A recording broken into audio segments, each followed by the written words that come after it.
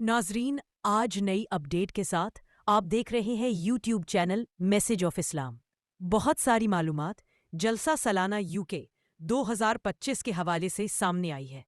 اب تو کچھ مولویوں نے بھی سچ بول دیا ہے۔ ہمارے چینل پر آپ دیکھ سکتے ہیں، ہم نے بروقت اپڈیٹ چینل پر شیئر کی ہے۔ ایسی صورتحال میں یہ سوال سر اٹھاتا ہے کہ کیا پاکستان میں مذہب کے پرامن، منظم اور بین الاقوامی پیغام کو پیش کرنا واقعی ممکن نہیں رہا؟ ویڈیو کو آخر تک ضرور دیکھیں۔ آپ بتا سکتے ہیں کہ کن کن لوگوں نے شرکت کی؟ سننے میں آیا ہے کہ سفارتکار، صحافی، ارکان پارلیمنٹ نے بھی شرکت کی۔ کچھ معلومات دے سکتے ہیں؟ جی ضرور۔ اولی میں برطانیہ کے علاقے ہمپشائر میں منعقد ہونے والے مذہبی سہروزہ اجتماع جلسہ سالانہ 2025 نے ایک بار پھر یہ واضح کیا کہ اسلام محض عبادات کا مجموعہ نہیں بلکہ ایک مکمل ضابطۂ حیات ہے جو عالمی امن، انسانی احترام، بین المذاہب رواداری اور سماجی خدمت پر مبنی ہے۔ اس 3 روزہ اجتماع میں دنیا کے 100 سے زائد ممالک سے ہزاروں شرکاء نے شرکت کی۔ ان میں سفارتکار، ارکان پارلیمنٹ، مختلف مذاہب کے نمائندے، صحافی، خواتین، نوجوان اور سماجی کارکن شامل تھے۔ اس تنوع نے اس اجتماع کو ایک مذہبی تقریب سے بڑھا کر ایک بین الاقوامی اخلاقی اور فکری پلیٹ فارم میں تبدیل کر دیا۔ اس اجتماع کی خاص بات کیا تھی؟ اس بارے میں کچھ بتا سکتے ہیں؟ اس اجتماع کی خاص بات اس کا تنظیمی وقار، اخلاقی سنجیدگی اور فکری وسعت تھی۔ خواتین و مردوں کے الگ الگ انتظامات، درجنوں زبانوں میں بیک وقت ترجمے کی سہولت، عالمی سیاست، امن اور انسانیت جیسے موضوعات پر مبنی تقاریر اور اختتامی دن کی اجتماعی بیعت، یہ سب اس تقریب کو غیر معمولی بنا دیتے ہیں۔ ان تقاریر میں مذہبی جوش و خروش کے بجائے فکری پختگی اور عالمی بصیرت نمایاں تھی۔ دنیا بھر میں جنگوں، معاشی استحصال اور بین الاقوامی ناانصافیوں پر تنقید کرتے ہوئے مقرر نے دنیا کے حکمرانوں کو یاد دلایا کہ اگر عدل کو پامال کیا گیا تو دنیا ایک بڑے تصادم کی طرف جا سکتی ہے۔ ساتھ ہی اخلاقی اصلاح، انسان دوستی اور تقوی جیسے روحانی تصورات پر بھی زور دیا گیا۔ یہ تمام باتیں اسلام کے ان پہلوؤں کی ترجمانی کرتی ہے جن کا دنیا کو اس وقت شدید ضرورت ہے۔ مزید پاکستان کی سیاست اختتامی دن کی تقریب بیعت نے اس اجتماع کو ایک غیر معمولی منظر میں بدل دیا، جہاں لاکھوں افراد نے براہ راست نشریات کے ذریعے ایک اخلاقی و روحانی عہد کیا۔ یہ منظر نہ صرف ان کے ماننے والوں کے لیے بلکہ غیر جانبدار مبصرین کے لیے بھی ایک نایاب مثال تھا کہ کس طرح مذہب ایک مثبت، مہذب اور پرامن طرز زندگی کی تلقین کر سکتا ہے۔ ابھی انشاءاللہ تعالیٰ بیعت کی کارروائی ہوگی۔ اس سال جیسا کہ میں نے کل بتایا تھا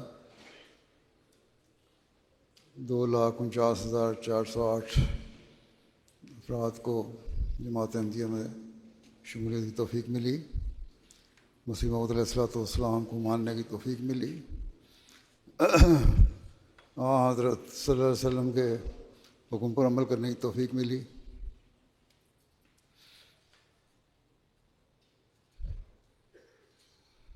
ایک 111 ممالک سے تقریباً 500 سے زائد قوموں کے لوگ احمدیت میں داخل ہوئے۔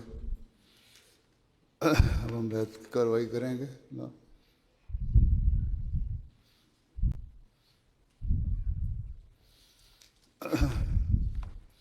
اشہد ان لا الہ الا اللہ وحدہ لا شریک لہ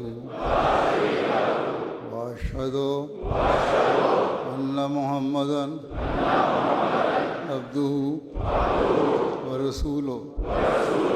اشہد ان لا الہ الا اللہ وحدہ لا شریک لہ واشہد ان محمدا عبدہ ورسولہ۔ اس جلسے کو صرف موجودہ کڑی کے طور پر یا تاریخی رنگ میں بھی لیا جا سکتا ہے؟ کچھ بتا سکتے ہیں؟ جی بالکل، یہ جلسہ محض ایک موجودہ مظہر نہیں بلکہ ایک تاریخی سلسلے کی کڑی ہے۔ اس سے قبل ایسے ہی اجتماعات پاکستان میں بھی منعقد ہوتے رہے ہیں۔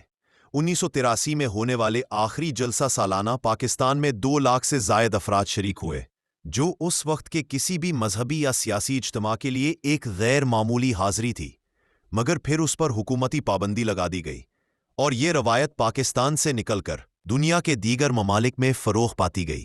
اچھا، اس کا مطلب ہے پھر دنیا بھر میں جلسے منعقد ہونے لگے؟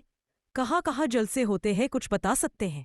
جی، آج برطانیہ، جرمنی، امریکہ اور کینیڈا، افریقہ اور دیگر ممالک میں یہی اجتماع آزادی کے ساتھ نہ صرف منعقد کیا جاتا ہے بلکہ حکومتی تعاون، سیکورٹی اور سماجی پذیرائی کے ساتھ ہوتا ہے۔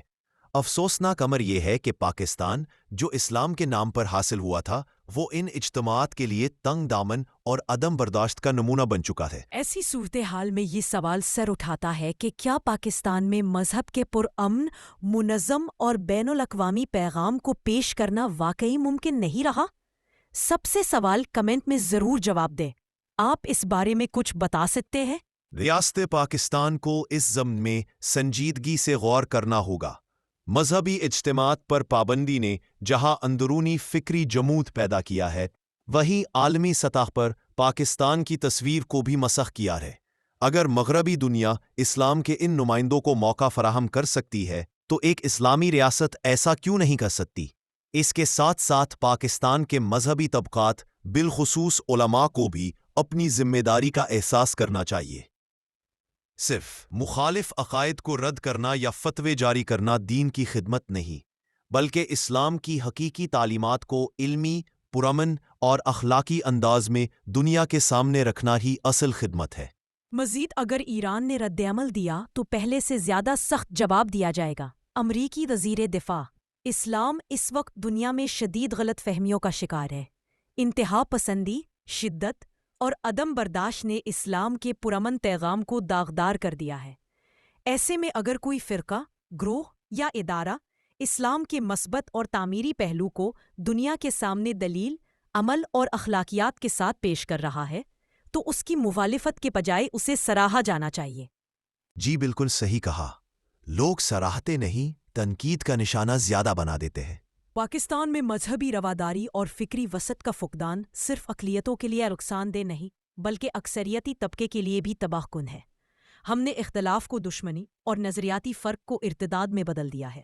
اس ماحول میں علمی، اخلاقی اور تنظیمی خوبصورتی کے حامل اجتماعات کا خاتمہ ایک قومی نقصان ہے جس کے اثرات ہم سماجی زوال اور بین الاقوامی تنہائی کی صورت میں بھگت رہے ہیں۔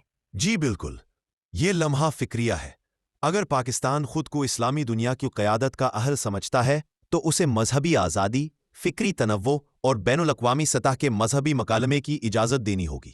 ریاست کو مذہب کو جذباتی اور سیاسی فائدوں سے نکال کر روحانی، اخلاقی اور فکری ترقی کی طرف لے جانا ہوگا۔ اگر ریاست اس سمت میں قدم نہیں اٹھاتی تو دنیا میں اسلام کے مثبت تعارف کا میدان دوسروں کے ہاتھوں میں چلا جائے گا اور پاکستان اپنی نظریاتی بنیاد کے باوجود خاموش تماشائی بن کر رہ جائے گا۔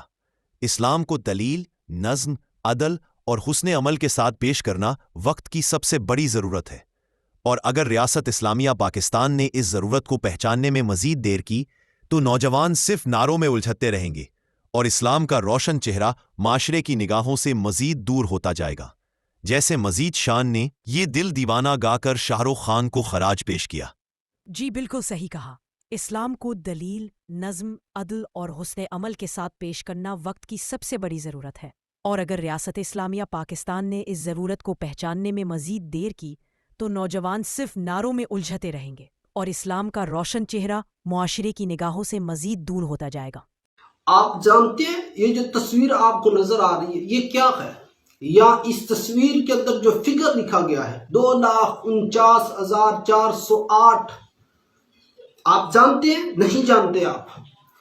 یہ تصویر ہے UK کے اندر سالانہ اس جلسے کی کہ جس جلسے کے اندر اس جماعت کے اندر شامل ہونے والے نئے لوگوں نے بیعت کی ہے، اور ان لوگوں کی تعداد کتنی ہے؟ 2,49,408۔ یعنی آسان الفاظ کے اندر کہا جائے تو یہ کہوں گا کہ اس سال کے اندر جو لوگ نئے قادیانی ہوئے ان کی تعداد 2,49,408 ہے۔ سوچیں یار مسلمانوں، سوچیں ہم کیا محنت کر رہے ہیں اس ختم نبوت کے اوپر۔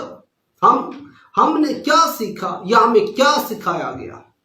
گالی دینا، لان تان کرنا، ہمیں سکھایا گیا کوئی مر رہا ہو تو اس کو پانی بھی نہ پلائے، ہمیں سکھایا گیا کسی کا ایکسیڈنٹ بھی ہو جائے اس جماعت کے اندر تو اس کی طرف توجہ ہی نہ دیں۔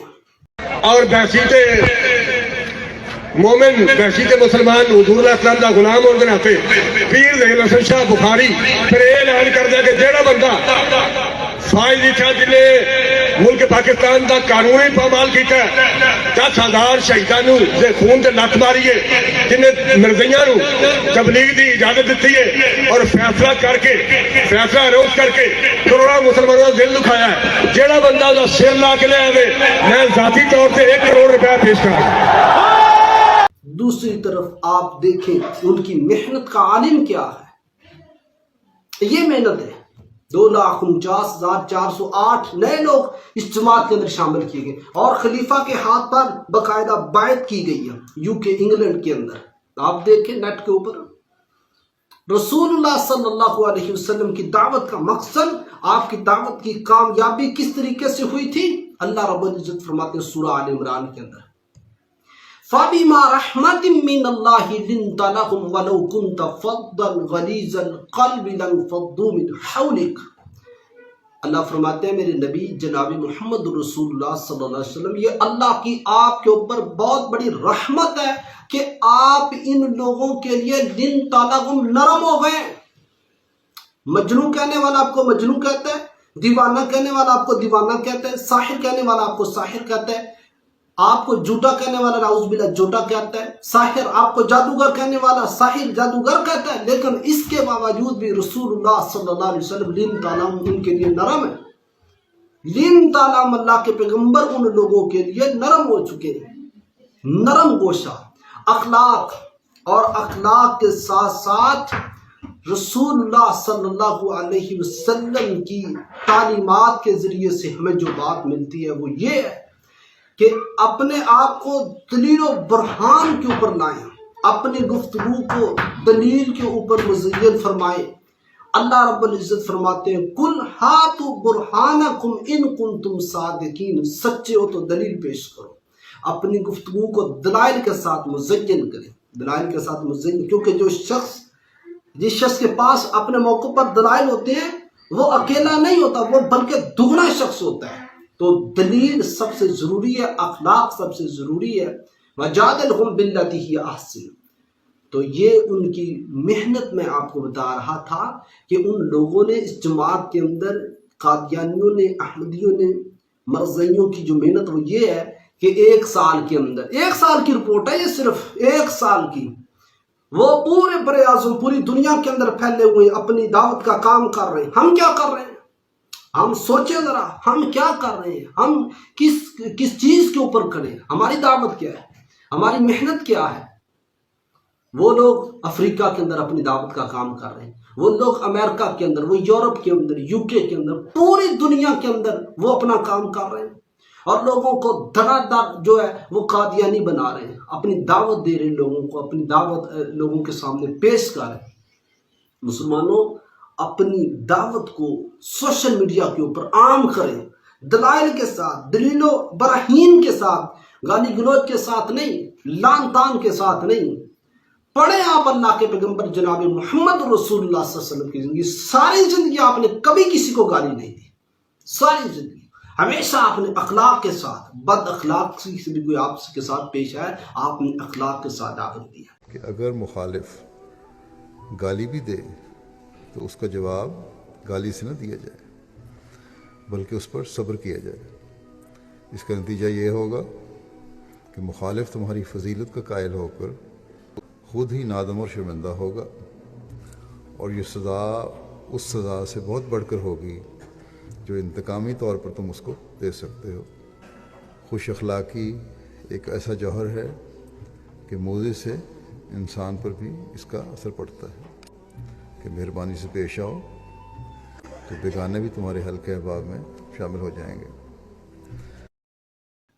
تو یہ سالانہ رپورٹ 2,49,408 اس لیے بتائی کہ میرے سامعین کو پتہ چلے کہ لوگوں کی دعوت کا، لوگوں کی محنت کا عالم کیا ہے۔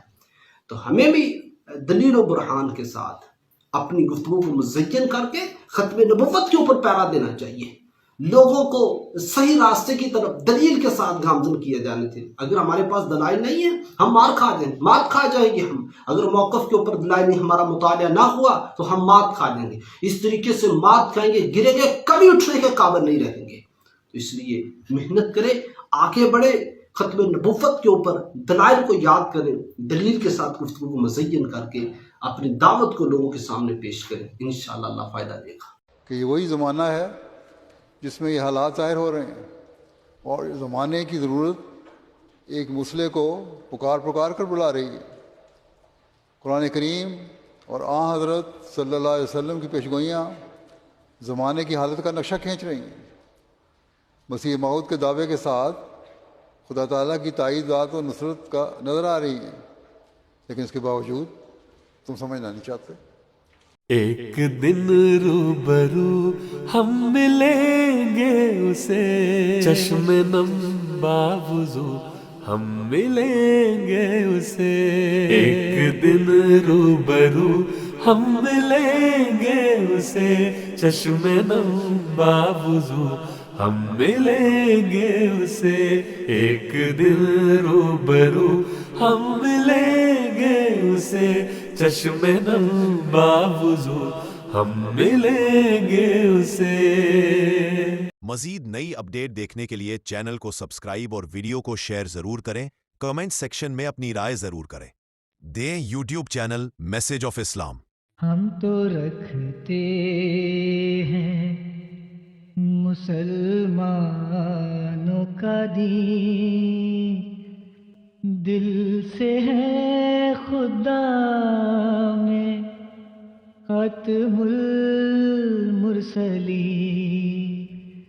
ہم تو رکھتے ہیں مسلمانوں کا دین، دل سے ہے خدا میں ختم المرسلین۔